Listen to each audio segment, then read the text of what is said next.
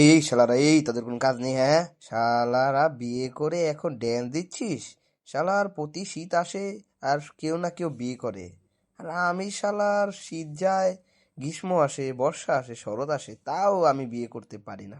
আর এইবার শীতও ঠিক এমনই হইতেছে, সারাটা দিন কষ্টে কোলবালিশটা ধরে শুয়েছিলাম, তখন এই শালারা বিয়ে করে বক্স বাজাচ্ছিল আর একটু ড্যান্সও দিচ্ছিল, তাই রেগে রিভলভারটা বের করে একটু গুলি করে দিলাম।